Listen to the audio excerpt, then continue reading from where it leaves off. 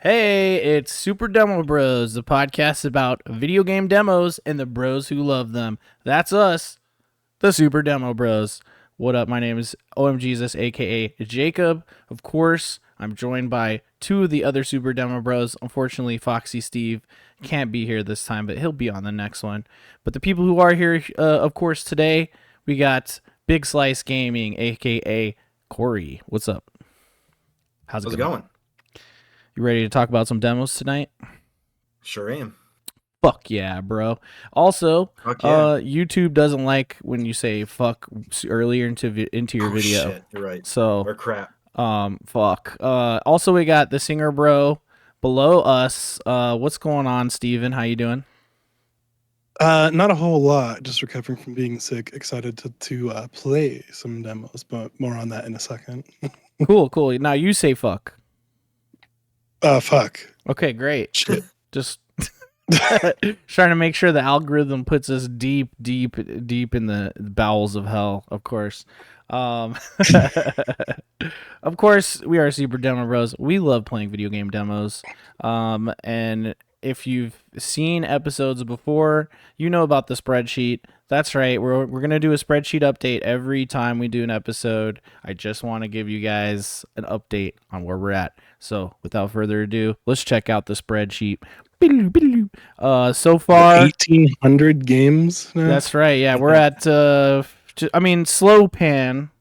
It doesn't seem like that many, but if you go really fast, it's like, holy fuck, dude. It's a lot. So I'm down to 1843 at the moment because I had to delete a couple that no longer exist. Let's look at the analysis. So this actually is not including everything. Okay, it's just missing only one, so that's good. So let me fix that here. But of course, here's our grand totals right now. Oh, I broke it. Oh, I broke it. Oh god, I broke it. It's because you got to hit escape. All right, Google Sheets is not as good as Excel. Okay, and that's just true. It kind of works, but it's not great. So I don't know if you've looked at this analysis tab yet, Big Slice. You can sort of see it on the stream here, and I'll just kind of read these out to be real. Of all of the demos we've played 214.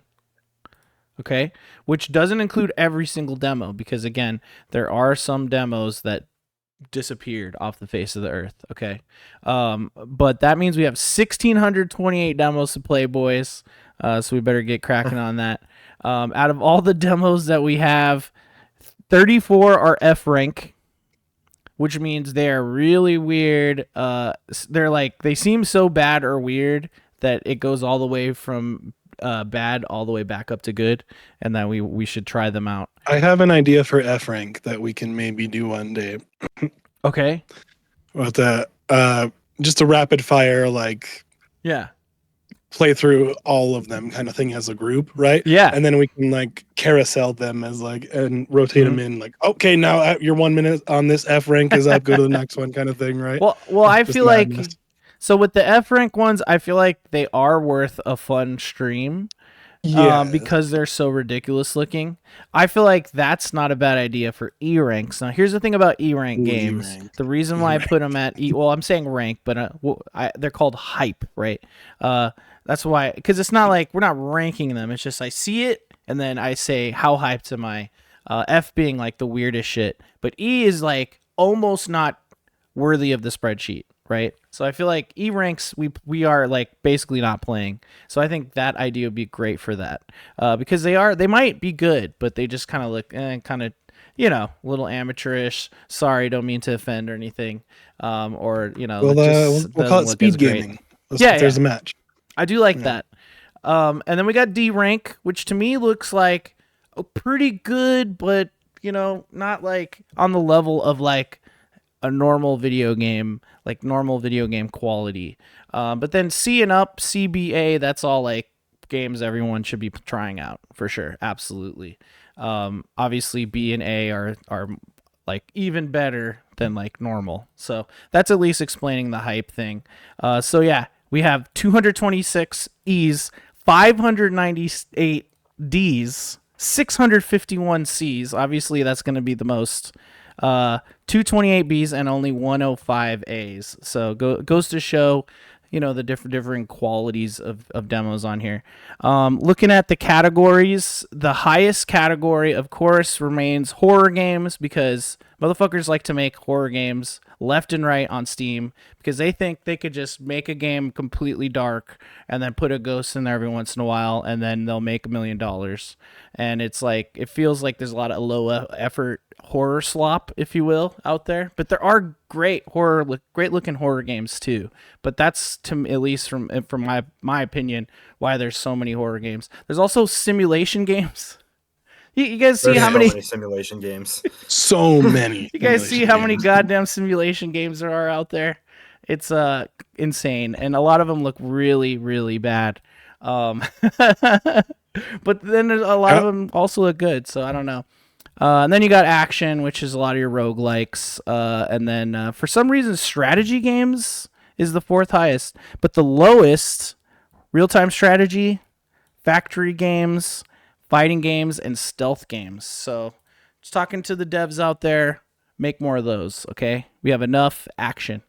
Maybe they're harder to make, I wonder. Maybe they're a little harder to make. Also, like, I don't know. Are you guys interested in stealth games? Depends on the game. It has to be good stealth. Fair enough. Like, it's got to be a very polished stealth, or I just get frustrated and I'm out. Well, at least you know that the ones on the sheet are at least look to me worth a damn at all. So if you can't beat Burger King Sneak King, then don't bother. That's true. It was that wasn't actually that was actually a pretty solid game. Yeah. Just like Cool Spot. Which you don't expect. Yeah. That was the Cool Spot. Oh my goodness. Yeah, the 7-Up guy. Also, yeah, what else was I going to say? No, okay, so we're done with the spreadsheet. Just want to give them a quick update on where we're at with that, and we will continue to hit those, figure out ways to get through them all. I think I left off last Friday, so every game from December 1st until last Friday, I've looked through every single one and added the ones that seem cool to that spreadsheet. So yeah, that's where we're at. That's why there's so many, because so many damn demos come out all the time. I just want to ask about you guys. How you been? What's new? How's the channel? Big Slice. I know you had, you know what I'm saying? You had like a good little vacation there and stuff. Yeah, vacation and then time off. It just kind of went on a little hiatus for a little bit. But I'm back and playing demos again. And I kind of reset my schedule a little bit. I mean, nothing that's like on camera. But finding a good balance between a day where I stream a bunch of demos and then the next day where I mostly just focus on getting them up on YouTube and scheduled to be like going out by the time the game comes out. And I've found a pretty good balance without stretching myself too thin. Nice. It's been really nice. I'm a lot less stressed. Good. Yeah, I can't let this stuff stress you out. Let me tell you. It's supposed to be a fun. It's supposed to be a fun hobby. It's not supposed to be stressful. Yeah, exactly. I think like too many people just think they're gonna get like this. They're just like, oh, this is gonna be my job now, and then they put all this time and energy into it, and nobody like watches their streams or videos, and then they get discouraged, and then I'm like discouraged, burned out, and then it stops being fun. Yeah, you got to keep it fun. Yeah, you got to keep treating it as a hobby that you love putting time into. If it turns into a job, then that's awesome, but don't burn yourself out. Yeah. Yeah, exactly. And for me, it's just an excuse to like hang out with people like you guys and just talk about shit we're doing, It's just like a fun outlet for nerdy shit, and that's a good time. Playing demos was kind of how I started getting interested in being in the industry too. Like back in the Xbox 360 arcade days, I would just play demos that were available, like a bunch of demos of genres I never would have originally played, and it kind of feels like I'm doing that again, and I'm just discovering a bunch of really, really cool like indie games. Like I've missed it. It's fun. Yeah, that's great. And for me, I love to try things out. Like I just like trying out games of all genres, giving things a shot.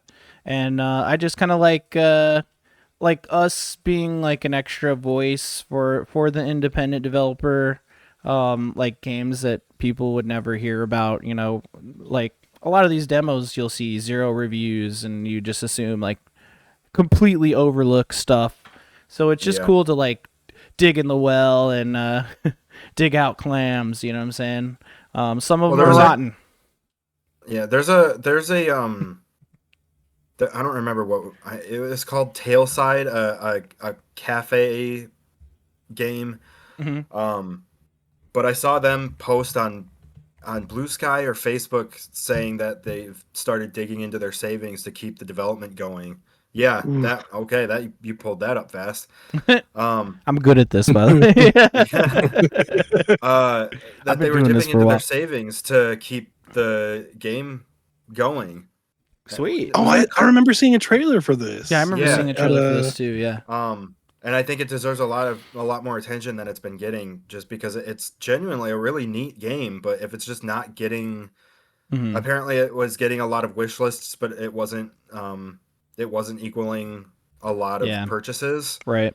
And it just looked like they were getting discouraged. Like, not like people don't buy my game, like they're all dumb or whatever. It's just like the discouragement of, there's a lot of wish lists, but no one's really playing. No one's really buying it. I'm dipping into my savings and I normally wouldn't, bring attention to that, but like this is genuinely a good game that I think everybody should give a chance, because it's, especially if you like those coffee house sims, like cozy sims, go play it.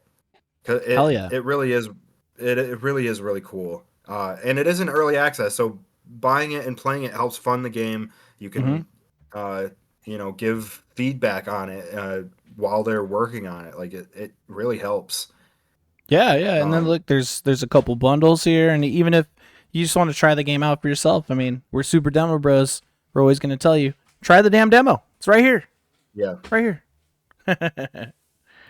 Yeah, that's awesome. And then, so like that's part of it, but also, I just like to try games out. So that's really fun. It's just fun to do, and just like you're saying, like we're discovering games left and right that are super cool. And we're gonna talk about them today. Steven, what's new in your life right now? What's going on? A cold, a really bad cold. Yeah, I'm sick too. Great. A lot of we're all sick. A lot of Diablo, but Diablo. Yeah. So I didn't really get to any demos, but I will be playing demos while y'all are talking about your demos. Yeah, and then we'll be checking in on that as we go along. You know what I'm saying? So I want us to jump into that, but have you selected a demo to play? I figure we I'm going to start up Psycho Dead is the demo. Okay. I'm going to start up.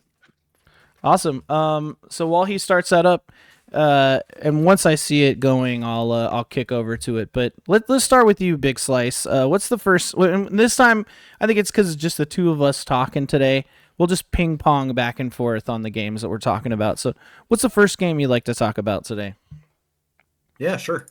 The first one I've got is called, what is the first one? Wax Heads. A while back I played a game. I played through the game. Like I streamed a game called Tiny Bookshop, where you basically you run like your own little bookshop, and the whole game is basically like you have customers that like certain types of books, or they're looking for suggestions, and you give them books based on that, based on those comments. And the closest you can get to a book that they're looking for, the better they'll react to it. Wax Heads is very similar, but you're a record store. The Steam description is that it's a cozy punk narrative sim about working in a struggling. I'll just read it straight off of the Wax Heads Waxheads is a cozy punk narrative sim about working in a struggling record store. Chat to quirky customers with unique tastes, explore a handcrafted record collection, fall in love with bands and their drama, or just slack off with your colleagues, whatever gets everyone's groove back. That pretty much describes it. Nice. They're unlike Tiny Bookshop, there aren't any real albums in this just because music licensing is a lot different than books. Where the books, you can just describe the book and put the title in, and you won't have to deal with anything like legally, generally speaking. But music licensing is a huge hurdle and expensive. So all of the records in this game, as far as I know, are like handmade and made up like for the game. Yeah. That's a lot of like art. I said, it's a lot of really cool album art, and it's more than just like the album covers, but like the actual discs. You can see the disc inside the cover, because sometimes a customer will ask for I had like an actual example written down. But there's characters that will sometimes ask if you have an album with a certain look. One that I can think of off the top of my head was someone mentioned an album that their friend had suggested, or that they used to listen to with their friend, that had like a storm cloud on the album cover.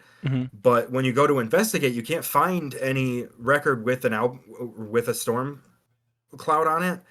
But if you open up the vinyl, the actual vinyl disc has a storm cloud like in the middle of the disc.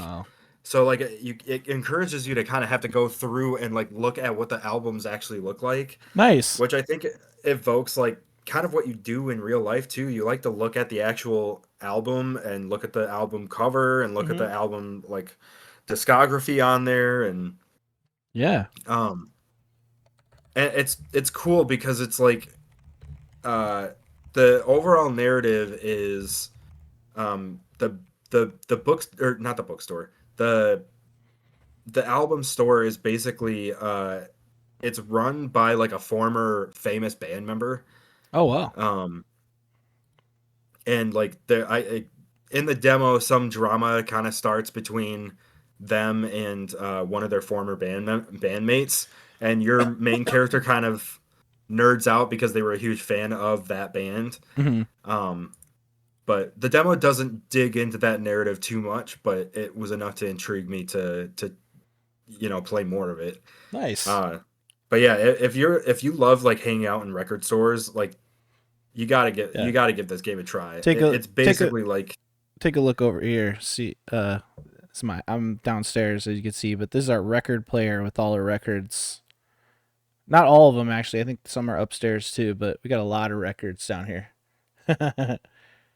So yeah, I think I can't see it. You couldn't see it at all?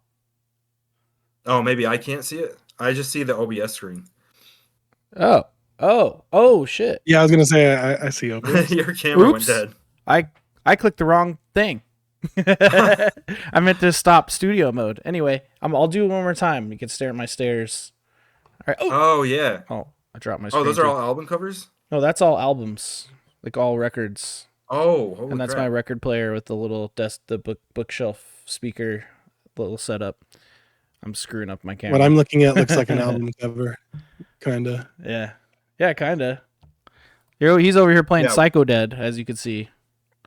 So we'll have that going while we talk as well. Yeah. Yeah, that's cool though. It seems like the type of game I would play. When it comes to these kind of artsy games, I do like an artsy game, but not so much like a visual novel. Like not like if I got to read a ton, I'm typically like kind of turned off. But then if it's really interesting, then of course I'm down, and this seems really cool. So hell yeah, awesome. Yes, that's Waxheads. Sweet, Waxheads. All right, so my first game to bring up today would be Cursed Chapter Dawnthief. Holy shit, man. This is a cool ass game right here. the video I put up on it on YouTube is it's a no commentary playthrough of the demo.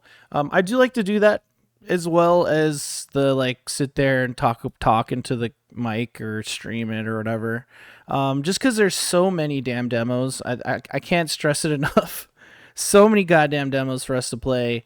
And it's one thing to just like sit there and just play it and relax, and it's another thing to like, be switched on and like actually offer a commentary that's worth a damn.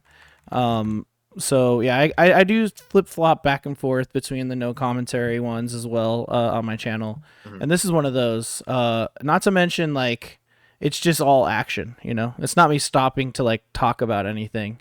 So this game is really sick though. So like I do love a Metroidvania. I do like a 16-bit, 8-bit game. I played this other game called Soup Adventure that looks like an NES game straight up. That was kind of charming and fun. So like, yeah, I'll play anything no matter what it looks like. But this one really stood out to me. So like since the last episode we did, I played quite a few action adventures / Metroidvania games.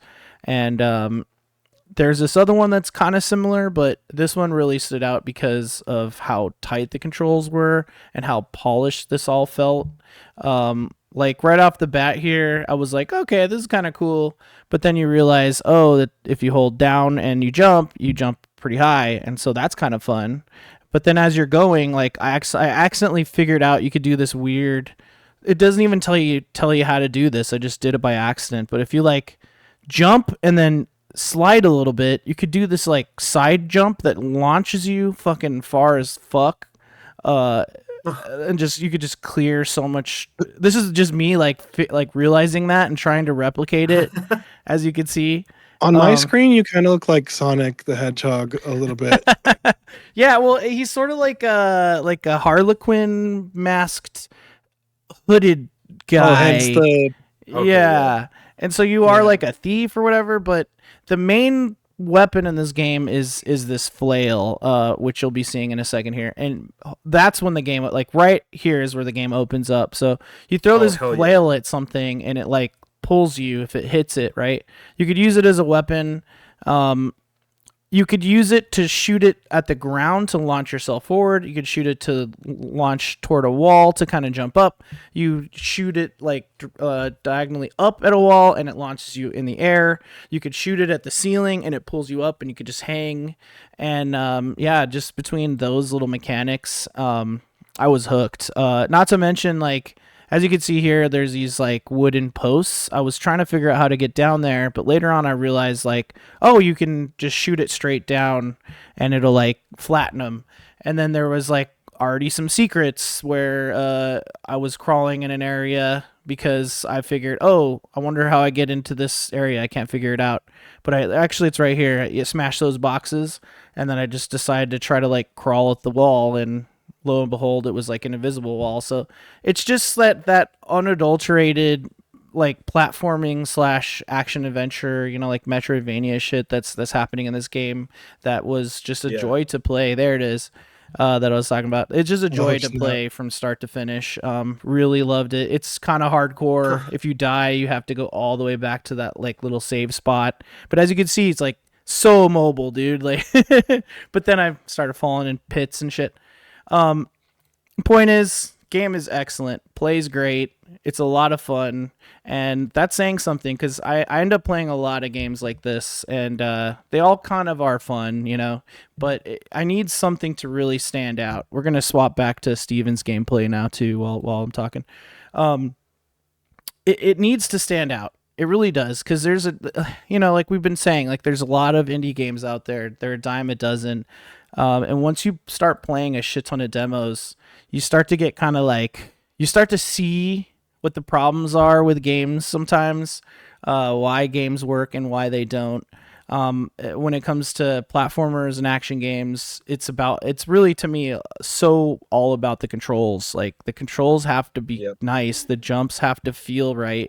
It can't be too floaty. It can't be too weird, like, it can't feel too stiff, but it can't, you can't just be like hovering all over the place. It can't be like too frustrating, but it can't be too easy. Like there's just a lot that goes into what makes an indie game great. And so when they do stand out, especially games like this, like I have to call it out because I played, like I said, several games like this, and this one really delivered on everything. The other one also had curse in the name, and it was kind of cool, but like this one, I had like basically nothing bad to say about. So yeah, I think it looks pretty solid, honestly, from what I was watching over in this corner of my eye. It almost reminded me a little bit of Chain Staff. That was another demo that I played a while back. I think you did too. Yes, I did. Although I played it like 2 years ago. Like that's how long it's been. Yeah, since I played Chain Staff demo. Yeah, that demo, like just the versatility of how much you can do. I mean, when I played it, I felt like it was doing too much with that staff. That it was a little overwhelming, but it didn't feel bad. Yeah. It was, but yeah, but that one, I already forgot the name of the game that you were just talking about. Oh, it's Cursed Chapter Dawnthief. This is the Chain Staff right here. Yeah, that's Chain Staff. Okay. It should be no surprise why, as soon as I saw the trailer for Chain Staff, that I was like, oh, fuck yeah. Because it is just like a nightmare to look at. Like, everything is fucking trippy and weird, and it looked like a rad, like, action game.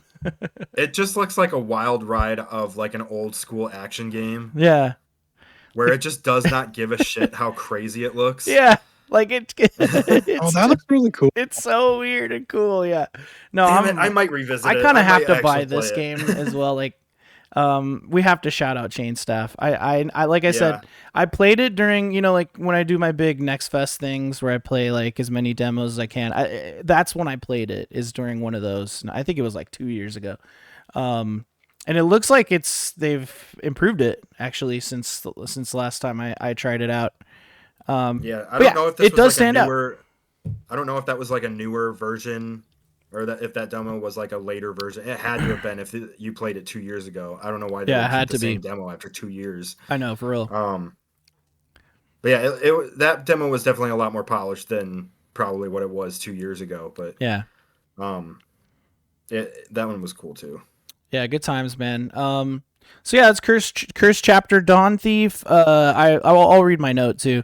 This game is absolutely legit, and people should be excited about its release. So yeah, I think if you like Shovel Knight, stuff like that, this is definitely a game for you. So, what's your next one that you'd like to talk about? Again, this is Steven playing throughout this horror game. There's a lot of blood everywhere. Yeah, what game? Psycho Dead. It's really pretty. Psycho Dead, yeah. It's like a Resident Evil vibes kind of. I was gonna say it looks like a Capcom game. Is it Capcom? Yeah. No, it's an indie. Well, no, this is an indie, but it does give Capcom vibes. Big time. Yeah. I believe Foxy Steve marked off on the spreadsheet that he played this game. So I guess in his absence, we'll just have Steven playing it live. Some weird stuff going on. I'm ready for your next game, brother. All right. The next game that I had was Dead as Disco. Okay. This was a very short demo.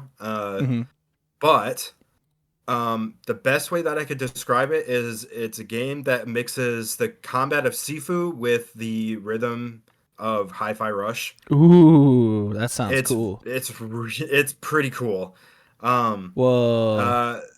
There is licensed music in it, but there is a streamer mode, and I did play that. But the stream safe music is also pretty cool from what I experienced. Nice. It's very similar to Hi-Fi Rush in the sense that you don't have to have perfect timing or rhythm to enjoy the action. It kind of smooths that out. You don't have to be super precise. It'll kind of balance it on its own, but if you do have really good rhythm, there's some pretty tasty combos you can land. I'm not gonna lie. Tight. I think the fighting mechanics definitely have a little bit more depth and complexity than Hi-Fi Rush. Wow. I really want a Hi-Fi Rush too. I know. Right? but I'm sorry. This comes pretty close.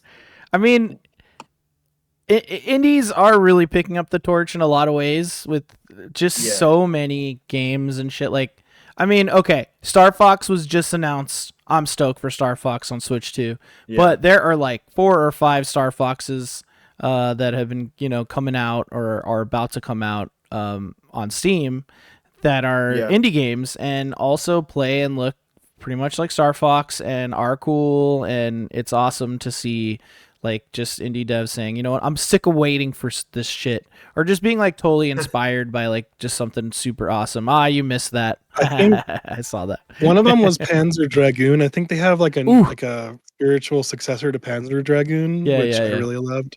Mm-hmm. So, I mean, so they're coming out with a lot of like, oh, nobody's making this, so I'm going to do it myself. So yeah, I was just going to say that indie developers have so much more wiggle room to experiment as long as they're able to get through the fact that they don't really have funding. Most of the time they kind of have to do everything on their own. Yeah. But they have the freedom to do that. Right. And a lot of them, actually pretty much every indie developer is a huge fan of something that they end up making the spiritual successor to something. Like, I mean, a perfect example is like, what was that? Oh shit. There was a. I don't know about the shit, man. There was a. Ooh, do you guys remember? That was brutal. Sorry, continue. Do you guys remember that whole like review drama that happened at IGN that had one of the guys get fired because his review was stolen? And then they ended up having to go through their backlog of all of the work he did because all of it was plagiarized, and they basically had to nuke the entire site of all of his work and have other people redo those reviews. Yep, I remember that. What game was it that got him caught originally? I can't remember. It was an indie game though. Something was the guy's name. Yeah. Philip Mewson, or no, Mewson, yes, that sounds right. Right, Philip Mewson. Well, it was a pretty high profile review that was plagiarized. So because it was hold on, let me find it. Yeah. No, I'm not gonna find this because I don't have the name. IGN plagiarism. Oh, Philip Mewson. Dead Cells. Yeah. Oh, it was Dead Cells. Yeah. Oh, damn, that's fucked. Because that was like a spiritual successor to, I think it was was it Castlevania? And then the Castlevania publisher was just like, oh my god, all these, look at these ads. Do Castlevania? Look at how bad these ads are on Update writer fired. Yeah. What the fuck? It's wild. Dude? That's Holy a wild thing. Yeah. It was real bad. Yeah, it's really bad, dude. Well, glad that guy got in trouble for that and they scrubbed everything, you know? Oh yeah, his career's toasted. Yeah. He tried to come back. Everyone basically told him to fuck off, and he disappeared again. Awesome. Don't steal people's stuff, you know? Just for real. But the Dead Cells developers were a perfect example. They were a huge fan of Castlevania, and just made a spiritual successor to it. And then the Castlevania publisher was just like, "Do you want to do Castlevania?" Yeah. Or was it Ninja Gaiden? No, it's Castlevania. Either way. Was it Castlevania? Yes. Okay. Yes. Same thing with Vampire Survivors. Basically just borderline stole like the Castlevania like designs, and then once again Capcom was just like, do you want to partner up? Yeah. They just use like assets. They use like sprites, you know what I mean? But like made their whole own game out of it. And made their own game out of it. Yeah. I shouldn't say plagiarized. They just used assets. Yeah. They just completely different make their own game out of it. But definitely crazy that they teamed up. Also, they had a Castlevania thing with collabs. But anyway, and interesting stuff. Anyway, cool Dead Disco. I don't think I really had anything else to say about it. The demo overall is pretty small. It's pretty short. Yeah. But there is like a freestyle mode where you can just make a playlist of songs to just beat people up to. Nice. It's a chill short beats demo, to beat people's asses to. Yeah.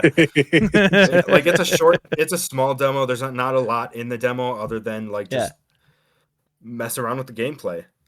Which you really don't need anything more than that. I don't think there's like a crazy crazy narrative to it. I think it's just kind of a narrative that just kind of is there to take you through the music. A means to an end. About it. Yeah. I don't ever really have a huge problem with that. Like, I feel like it's kind of 50-50 with gamers. Like I talk to gamers and they're like, whatever. I don't even read or pay attention. And then a lot of people are like, I can't play that game. There's no story. There's nothing going on. I'm like, dude, you just give me like blocks to pick up, or like, oh, there's apples on that platform. I got to run and grab that. Like, I'm you hook me. Yeah. I just need to play. I need to play something. I go back and forth. It depends. I'm kind of on the game for me. Yeah, it does. I mean, like Outer Wilds, one of my favorite experiences. Ever. Excellent story. It's like pure story, and exploration. That's the one that I've been meaning to play. I never got around to it. Please play it. And then everybody's talking about mixtape right now, which is again like just like the Artful Escape, apparently just like a musical, artistic experience, which is great too. It's just I have that downloaded.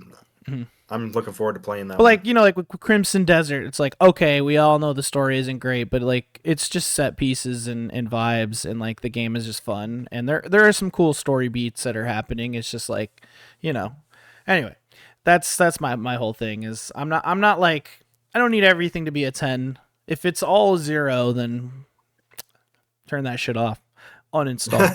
Yeah, that has happened with these demos. Yeah. I mean, like, there's games that don't even work where I'm like, this demo is broken. I'm like, you got to make sure the game at least works. Yeah, that's hilarious. Okay, let's check in with Steven. Let's see. He's you missed the Monsty. Oh, dang. Well, we did see one of them. He had like someone explode. On his face. Ew. For those listening to the audio version, we're also watching Steven play a game. Yeah. Well, we're trying to narrate it. It's a lot of blood. Yeah. It's very Stranger Things kind of type of shit going on. Like, it's like Elfen Lied. You guys know Elfen Lied?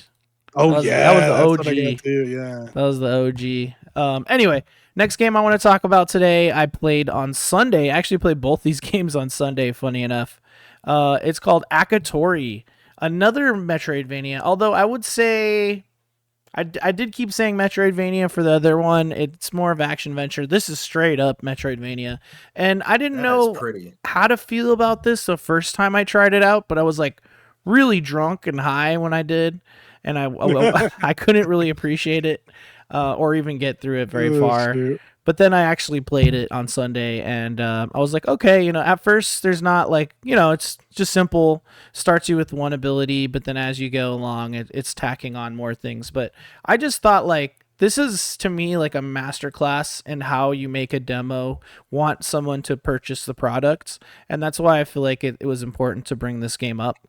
Not to mention, the game is cool. Like, I am fully enticed to play this game, but it does have your Dark Souls thing where you go to like a save point that heals you, or if you die you go back to it and it resets the enemies, whatever.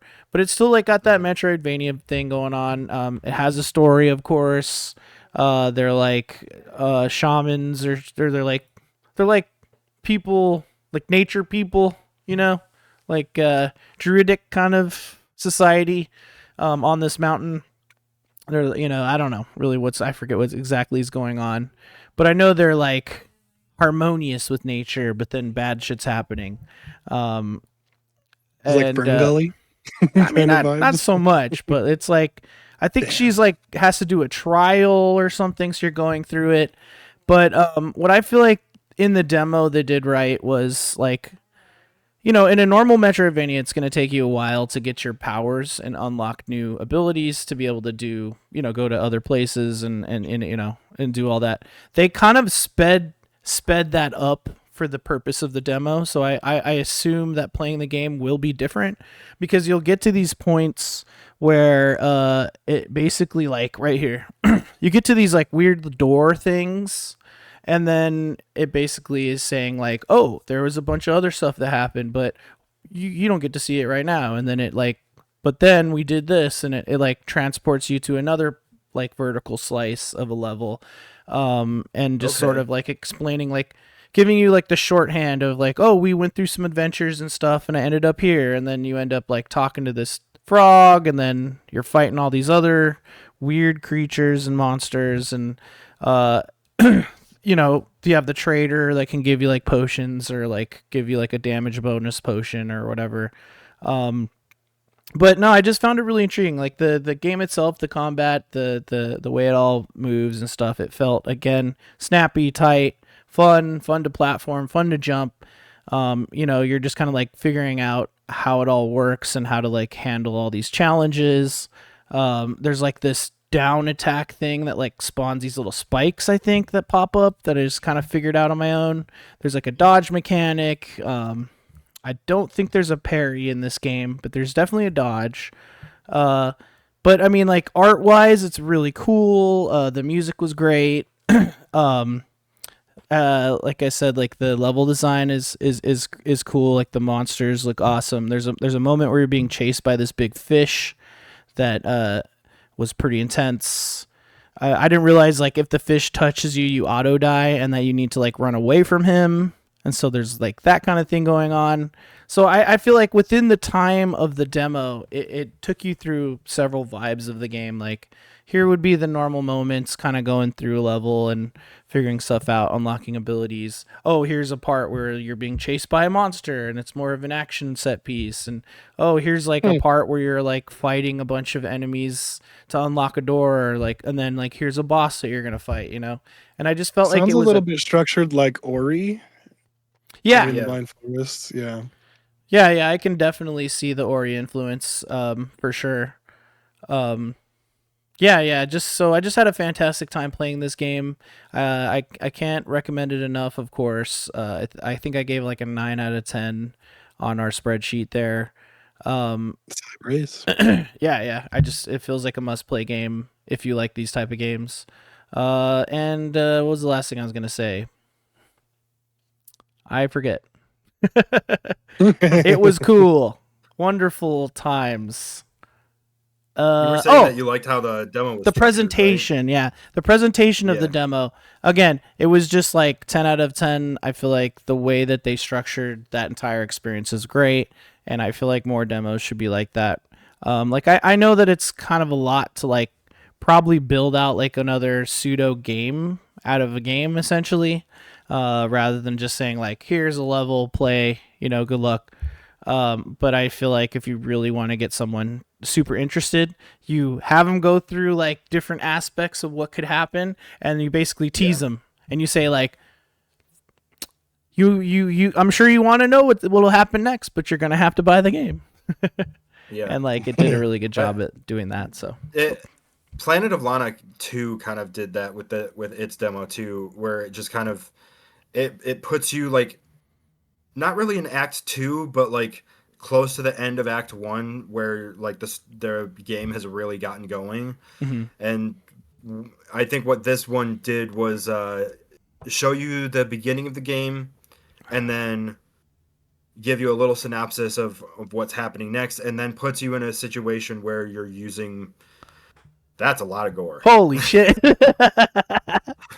Sorry, continue. And then moves you forward, gives you a little bit of, okay, here's where you're at now. Here's, and then it gives you a toy box of a bunch of later game mechanics to let you play around with that. Mm-hmm. And it is a lot of work to put to do that for a specific demo, because you're not just packaging like, okay, here's the first level with a couple things turned off. Right. That's for the next game. We catered like we wanted to give you a real vertical slice. Like, here's the beginning of the story, then here's a later stage that doesn't spoil anything, but is in a spot where you have more stuff to do so that you can play around with more of your abilities that you'll get later in the game. Right. I think that's kind of what a Metroidvania is going to have to do, because you don't want the demo to be at the beginning when you've got nothing to do. Exactly. You want players to experience, like, here's a toolbox of all the mechanics that you're going to get, or a handful of the mechanics that you'll get in the game. It's kind of like how Metroid games usually will do it, where you start out with most of Samus's stuff and then you lose it. Right. And then you work your way back up to getting that stuff, but you get a taste of what all those tools are. Yeah. And then it kind of motivates you to go forward to get more. I mean, that's for the whole game, but the demo kind of condenses that. Yeah. But yeah, that game looks really cool. Yeah, it's dope. Like, I think I put it at an A or B hype when I was going through it, because the trailer just wowed me with the look and the art style and everything, and I'm just glad the game actually delivered. So, good times, man. And then again, Steven's still playing Psycho Dead, and it's just monsters and gore and the psychic girl. It's really fucked up stuff. Let's get to your next game, or I should say, final game. Yeah, I only had time to put 3 together. Yeah, that's fine. I mean, we're at 45 minutes, so I think it's working out. But yeah, that last one is called Rogue Voltage. Whoa, Rogue Voltage. And when I first added it to my list, it was one that I figured I was probably just going to shrug off, play through it, and call it a day.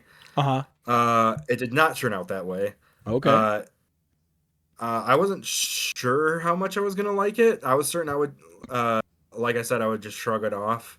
Because it just looks like another deck building roguelike at first, and there's a million of those right now. Yeah. God, I really thought it was just going to be another one of those that I was like, yep, it's another deck building roguelike that's not doing anything. It's just like everyone else trying to copy on the hype of they just want another Slay of the Spire. Yeah, always. Yeah.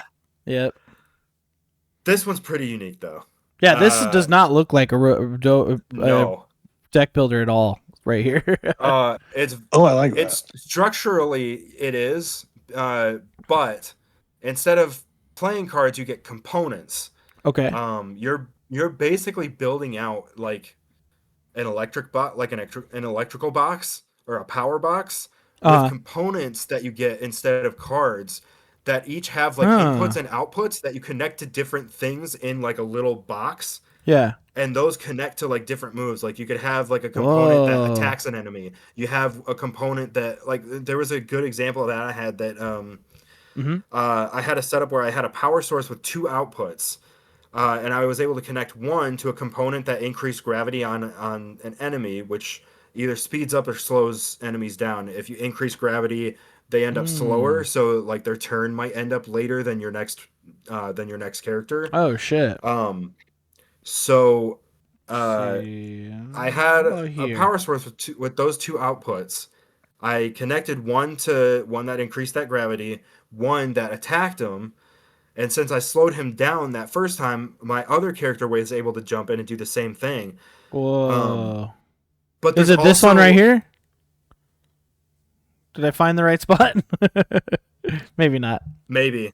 There actually it did say it said decelerator. I was like, oh. Yeah. That's the really decelerator. Cool. Yeah. But there's another one where instead of attacking, you could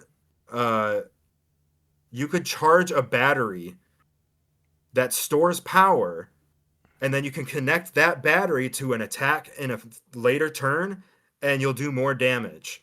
Ooh, okay. So like you can spend a turn charging up a battery by outputting into that or inputting into that, and then outputting that power or that stored power into another move, and you could even use that to heal if you wanted to. Whoa. It's such a unique way of handling all of this. It's so cool. That's so cool, dude. That seems it's a little really overwhelming neat at first, but it's really fun to play around with because it's slow paced. You can take your time connecting stuff and figuring things out. Mm-hmm. But it is a roguelike. So like after every move you can find, or after every round you can find like treasure chests with more components that you can mix and match. Mm-hmm. You can send components between characters. It's really cool. That's cool, dude. A suggestion I want to throw out for you. Sorry, go ahead. I was just gonna wrap up by saying like you can. It's cool because it doesn't have like a bunch of generic like attributes. They have kind of their own attributes, like the gravity. And if for some reason that's the only one I can think of off the top of my head right now. That purple orb thing does something else too, and I don't remember what it was. And it doesn't look like I'm highlighting it in the video. But yeah, it has a lot of really cool, unique attributes that you don't see in just like a bunch of generic roguelikes. No, this seems weird. This one was special. This looks like someone experimented the hell out of a game jam and just really continued with it. Oh, plasma converter. Yeah, it's a plasma converter. Cool. I don't remember what that does. Yeah, it's up here or something. maybe it's a currency. Yeah, I think it's a currency. Yeah. That sounds right. You can spend to buy more components when you go to like a camp or something. Nice. Oh, boobies. Well, not really. Oh my They're God. like, it's an android kind of thing. Oh, okay. I mean, she's but it covered looks like up. her, so we're gonna do that. we'll go over. We'll go back over here. Awesome. That seems fucking cool, dude. Hold on. I was pretty excited about that one. That one was really neat. We need to go and wishlist that real quick. What was it called? I was gonna say Into the Grid would be a shout out for you if you like the unique kind of roguelike sort of node connecting things and like breaching security and doing some weird stuff with it. Whoa. And it's almost like a dungeon crawler too with it. Into the I think that's on my I might own that already. That might be in my It is incredibly fun. Shit. It is one I wish I had played more of so far, but yeah. Wow. That looks cool. Definitely, like I played the demo and then I'm like, yeah, I bought it like right away because wow. It's right up my alley for things that I like to do. So cool. It almost reminds me a little bit of Transistor too. Yeah. Like exactly. Yeah, and it's really clever the way they do it because like you go and you hack different nodes to power up yourself or power up your character to then go into these dungeon crawler fights, right? And then the more you do, like the more exposed you are to their security systems, right? Mm-hmm. So it's kind of a risk reward kind of situation. So, but if you don't do it, the boss is going to be much harder to get through, right? So, it just kind of reminded me of like where people do really unique things with like a roguelike framing, right? Yeah, nice. It's something that stands out in this. We're in a renaissance of roguelikes, but we're also getting to a point where it's becoming oversaturated. Becoming it's harder. It's well deep into oversaturation. Yeah, I think we are past. We're definitely past that. Yeah. I do love my roguelikes, but yeah, there's too many that are starting to seem like the same thing. They're great. It's just that once I see that fucking map out where it's like you can pick this or that and it's just a line. I've seen that so many fucking times that it's starting to like piss me off. I'm just saying. Like it looks like a mobile game that requires you to wait for like a day before you get more energy to play. No, it's that Slay the Spire thing, right? Like where after the level you choose like which path do you go and you could go down. Every game has that now, and I'm like, all right, I'm just getting tired of it. I don't know. Maybe I'm just a jerk. I mean, I'll still play the game. It's just like every fucking game has it now. And I'm like, it's you just appreciate unique games when you see them, right? So that's what I'm saying. That's why I'm saying that. You know what I'm saying? That's that. Look, when you look at 850 times 5 demos in 5 months, you start to go insane. That's all I'm saying. Yeah, that sounds like an insane man's work. So yeah. I am insane, and here's my puppets. Okay. Let's see what's going on with your thing here. Oh, Still looking at the boobies. I looked away. Thank you, Steven. Wait, does your character have clothes now? Yeah, she's wearing clothes now. Yeah, now she is. Well, she was in like a hospital gown or something before. Yeah. Now she looks like I don't know. She also has a gun now, so. Oh, cool. Weird game. All right. The next game I wanted to talk about really fast is it's this game right here. It's called Rin and the Thread of Life. So the reason why I'm talking about this game, and I won't talk about it for that long, is because on Steam there's no trailer. Okay, it's just there. It's just on there. In fact, let me pull it up. Rin and the Thread of Life. Yeah, this is all you get. Just screenshots. There's no video trailer? No trailer. Just pictures. But I saw it and I was like, I don't know, this looks kind of cool. You know what I mean? And then, but like, it does look cool. The one thing that will get me over the hump to like maybe I'll give it a shot is like, if we don't have a trailer, but we have GIFs down here, at least I could see something in animation. You know what I mean? And I'm like, okay, maybe I'll give it a shot. But like, there are a lot of Steam demos or Steam games out there that only have screenshots, and that's it. Just a description on the bottom, and that's that. I just have to say, I will not try your game if it's like that. It's as simple as that, dude. I'm sorry. I need to see it in action in some possible way. But that being said, I am glad that I tried it out because it was pretty fun. I did give it a 7 out of 10, which that's not a bad thing. That's the IGN score, but that 7s are good too. It plays a lot like 7 is good. Yeah, 7's good. It plays a lot like I might have given it 6 actually. It might have been a 6. But 6 is still fine, not the best. Yeah, 6 is still okay. So okay. It's obviously like, it's still a game in development.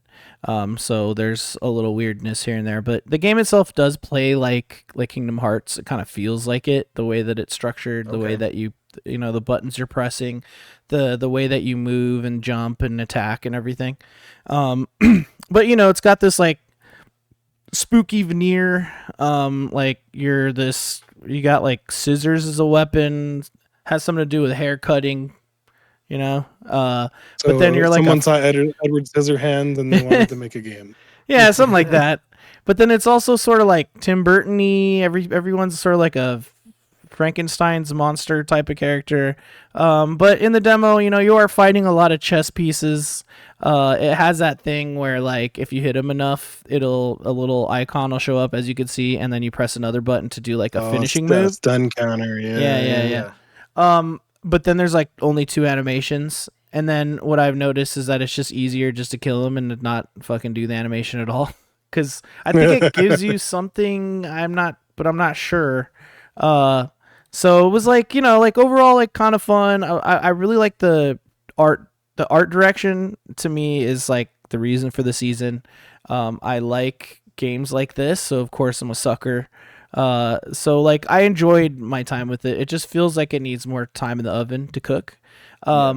But the moral of the story is that like the game itself is pretty cool, and I almost fully skipped over it because there was no fucking trailer. And so that's the thing. Like you know, game devs, you could just be out there having a dope ass little game that someone will enjoy, but like they're gonna just not even try it because all they see is pictures. Like honestly, I don't know. Even if it's just you recording some of you playing it, right, and put some music behind it, like right? Because there are really bad trailers out there too that like irk me a little bit. Like, and half the time I feel like when they're capturing, like, I don't know, every like 50 to 70% of game devs have like potato computers that can't capture even like 2D games, anything higher than 10 FPS. It baffles my fucking mind. But I don't know. It's, I'm not trying to be a dick or anything, but I'm just saying like you're trying to sell me your game by showing me your game, right? And so like you gotta show it to me. And so at least the people who have a trailer, they're showing me something, and that's better than absolutely just nothing. And like I said, even just having these GIFs down here, fine. Yeah. I guess that's fine. You know what I'm saying? But I'm just saying, just like, something to show what the gameplay looks like in action. Right. You can't really get that from screenshots. Yeah, we're not reading a magazine. The screenshots, but right. You know what I mean? Even GIFs are like, I just want a full, like, if it, especially from what you're showing me, it looked fun in motion, right? Yeah. Yeah. Exactly. So I just wanted to give a shout out to this game because, like, hey, you might have seen it or whatever, and then you just see a screenshot. It's actually cool. So it makes me want to, like, just try more stuff out. But again, I got 1,845 games to get to, so I got to get through them really fast as I'm putting them on the spreadsheet. So just had to put that out there. Let's see what Steven's doing. Oh, he's playing Wax Heads. And just like you said, it was a great transition Wonderful. from that. I had to switch to another game because we have 1,805 That's games right. to get through. So. That's right. Yeah, I mean, also, like, I know, like, Slice, that your whole thing is, like, you like to play the entire demo, right? Isn't that kind of what your MO is typically? I try to. Most of the time, it's just I give it an hour. Okay. If I'm into it, I'll keep going. Yeah. I don't remember. There was a game that I ended up playing for, like, well, actually, the Dragon Quest VII remake demo I played for like 2 hours, and it still wasn't done. And I was just like, I gotta wrap this up. Yeah, that's a game you should just buy. Yeah, at that point, it was just like, that's why a am real I still game. playing this demo? Yeah, that's like real. I need to just buy it. Yeah, for real. But typically with RPGs, or at least JRPGs, a lot of times they give you like that progress carries forward. So yeah, at least it's not a waste of time, you know. But yeah, I feel you there. Dude, but you say you give a game an hour, dude, I'll give it 15, 20 minutes. You know what I'm saying? That's kind of where I sit too. Yeah. Unless it ends before that. Like, there was one. Well, actually, Infinity Sweeper, I gave 20 minutes. Okay. So it really does depend on the experience. Yeah. Yeah. I even said in the video that, like, this game is not for me. I hate this. I suck at Minesweeper. If you like Minesweeper, you've got to play the game. I don't like Minesweeper, and I don't like this game. See, and that was kind of me with the Coin Pusher game. But I was hooked up with the code, and I played it more, and it clicked more. It was a Ratcoin, right? Yeah, Ratcoin. Because I'm just not into coin pushers, because it just doesn't feel like a game. It just feels like pure luck and whatever. But I don't know. The more time I put in, I was like, you know what? I could see myself doing a run, you know. And then maybe this Infinity Minesweeper game or whatever would get you into Minesweeper games. So who knows? But like, again, you know, we have a lot of demos to play. So 20 minutes. Unless I'm sucked in and then I'm like, I can't stop. Yeah. I have to play the whole thing. Typically doesn't happen. And then I just want to do a quick Jacob's Weird Corner and call out this game called Down South. I saw... oh, that's Steven.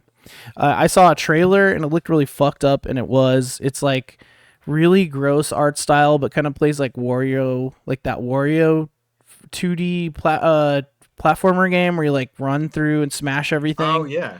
Wario's Woods? Yeah, kind of like that, I guess. Which I mean, Land. Pizza Tower is like the most recent big deal game that's kind of like that. But like this game is like, I don't know if it's trying to be like too edgy or whatever, but it's like it's about like people taking drugs and like everybody's like a weird drug addict, and it's like a seedy underground and stuff. And I don't know, the art style's fun, the gameplay was kind of cool, but like it did give off that kind of like, oh, like let's be edgy just to be edgy kind of vibe, you know. And so that's sort of a turn off to some degree, but I just love this art and I love the way it looks, and it is just really fucked up. So I don't know. Down South, try the demo out for yourself, but I could see it being like insensitive to like, you know, the topics that it's talking about, you know, like people's mental health and like drug addiction.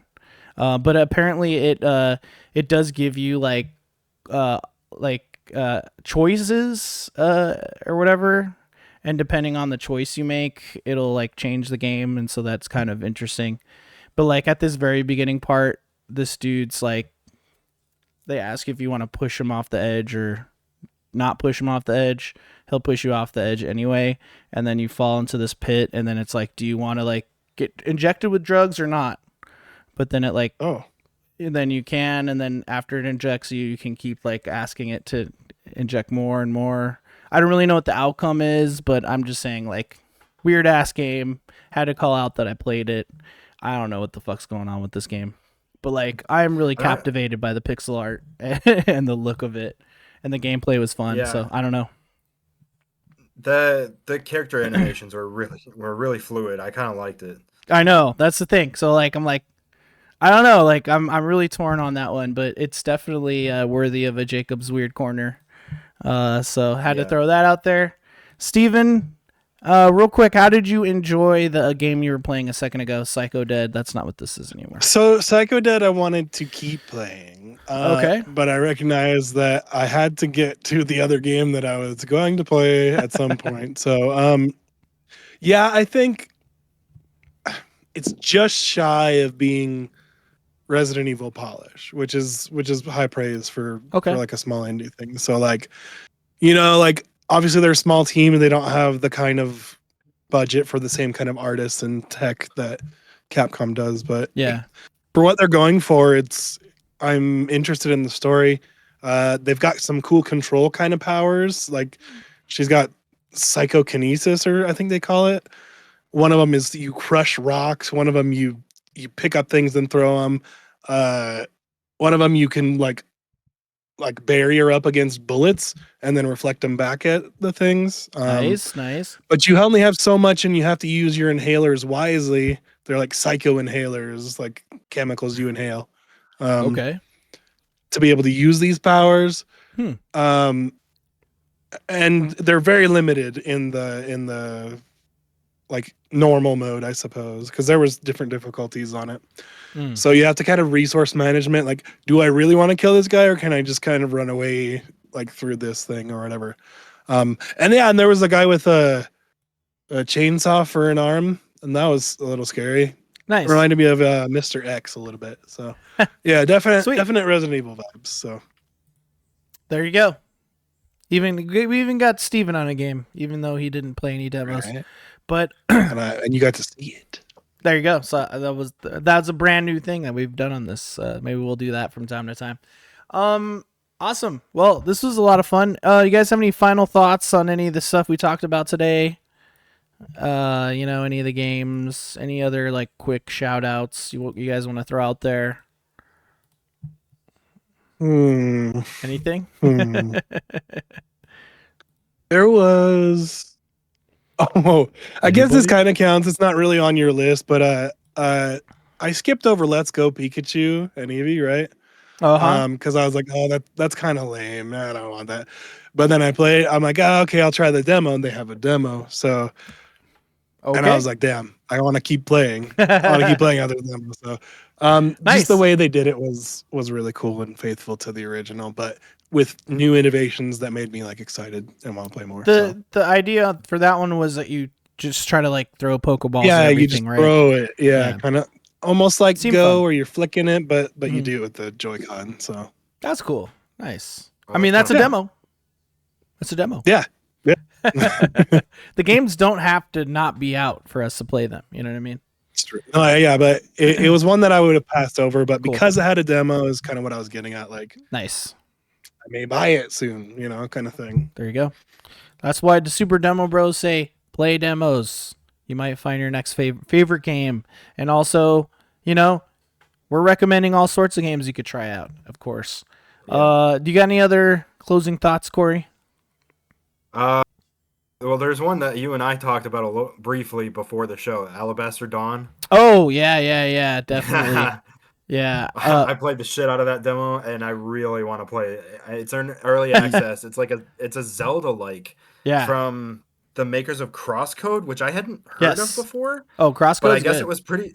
I guess it's pretty popular. Mm-hmm. Crosscode was on Game Pass. That's how I played that game. Oh, was it? Okay. Yeah, at one point. Cool game. I played it, and it's like one of the better performing demo videos that I've done in the last month. So I guess it's a pretty popular title. So definitely one that you don't want to float on your radar. Yeah, and then that right there is the second time we've talked about Alabaster Dawn on Super Demo Bros. Check out our previous episodes, and you'll see footage of that game and me talking about it as well. But now that's two Super Demo Bros who have played Alabaster Dawn demo, and we are stoked for that game. You should definitely be looking out for it. I think we both gave it a 10 out of 10. Is that right? Yeah, I think so. Yeah, I believe you gave it a 10 as well. So that should be on your games to look out for, which I believe it just dropped on early access. So absolutely worth the what is it, like $20, $15, something like that. Something like that. I think it's like 25 or around that area. Yeah. Badass game for sure. Awesome. And then I just wanted to throw this out at the end of this episode that we're going to kind of structure the way we do these different. Me and Corey here, we're talking about, like this was our April episode, but it's also not our April episode because we couldn't get together in time. And we were just scheduling these episodes at like the end of the month and things clash. And so I think what we're going to do from now on is just whenever we want to do an episode, we're just going to do one. And so you could get multiple in a month, or, it could be 3 weeks, it could be 6 weeks, it could be 2 weeks, you'll never know. And so instead of saying like, this is the April episode, it'll just be like, here's the next episode. And we talk about some of the demos we played since you talked to us last. And I think that'll just be a lot easier on us. So you'll see some mixture of the four of us. I want to at least try to get us together once a month or every couple months, all four of us, to really go and have deep dives. And then, of course, whenever there's like events, like big indie events or big demo events, we'll unite our powers and try to really go all in on that and put out tons of demos. But don't forget the description below has the Super Demo Bros playlist. You can also find it if you just go to YouTube and type in Super Demo Bros playlist. You'll find it. That's all four of us uploading demos and adding them to one to a playlist of all of our demos, like the actual gameplay demos themselves, on top of these episodes as well. Check those out because we have a lot on there, a ton that we're not even talking about. Some that are good, we just don't have. We've got to do like an hour, so we can't talk about everything. We don't have the bandwidth to talk about every single one of them. It's true. I dumped like 15 of my most recent all ones at once because I just hadn't. I saw that. Yeah, I hadn't been adding them. I was like, oh shit. Yeah. There's a ton that I never added. There's no time like now to go in there. You'll find 15 Big Slice demos. You'll find 2 of mine. I think I got one more scheduled for tomorrow as well. So good shit, man. Love playing demos, talking about demos with you guys. Go out there, play more demos. Of course, I would not be here without the homies. So Big Slice Gaming, why don't you tell them about your socials and your channel and all that stuff? Yeah, you can find me at Big Slice Gaming pretty much everywhere. I'm on YouTube, I'm on Facebook, I'm on X. I don't use that one quite as much, but I'm on Blue Sky. Sometimes I'm on Threads. I think that's still Big Slice Gaming. Nice. And yeah, YouTube, Twitch. I usually do a ton of the demo streams. I'm trying to get back into Let's Plays, but the primary focus has been on demos. But yeah. Oh, yeah. Sweet. And then of course, Steven, what do you got going on, man? What do you want to tell the people? 5 minutes. Sorry, first 5 minutes gaming, which are releasing on a weekly cadence with Jacob here. I did not put out this week's episode yet because I was sick. I'm sorry, but I'll get it up tomorrow morning. Oh no, you're fine. You're fine. We'll still have an episode for this week. It's just late. Usually weekly. It should be Mondays. Mondays, I think they're usually. Yeah, it should be Monday at 11 Pacific. We'll have a new. Where we check out first 5 minutes of every game we've never played and give it like a review afterwards. It's kind of the main thing that's been posting lately that you can look forward to. I want to kick up back the personal stuff, but we'll see how that goes. So, And then we got Neon Pocket Dimension tomorrow night. When if you're watching this, then it was yesterday. But definitely check us out on Wednesdays, twitch.tv/Neon Pocket Dimension. We record our podcasts as often as we can with our buddy Golden Spider. But yeah, make sure to follow at the Singer Bro on everything. He's all over the internet. And then don't forget about me as well. I am OMJesus. I've been your host on this show, of course. I love ya. Follow me on everything. I post all my demo videos to my Twitch or to my YouTube channel. And then don't forget Odd Valley Tavern. That's this video will be out before that. So yeah, you can definitely check us out there. Twitch.tv/OMJesus. Friday night, 7 Pacific. We're going to do a drunk podcast as we do once a month. But the topic this time is beer. Talking about beers. And then I believe we're going to have a special guest. So that should be fun. But good shit, guys. It's been another great episode. I can't wait to play more demos. I wonder how many more demos will be on the spreadsheet next episode. You'll have to watch and find out. Make sure to subscribe to our channel here. Follow all of us on Twitch and all that shit. And thank you so much for watching. Corey, tell them what their fortune is for tonight. Their fortune? Yeah. Read the viewer's fortune really quick, and then I'll stop the recording. Say them. Yeah. The world will be a better place as long as you fight for it.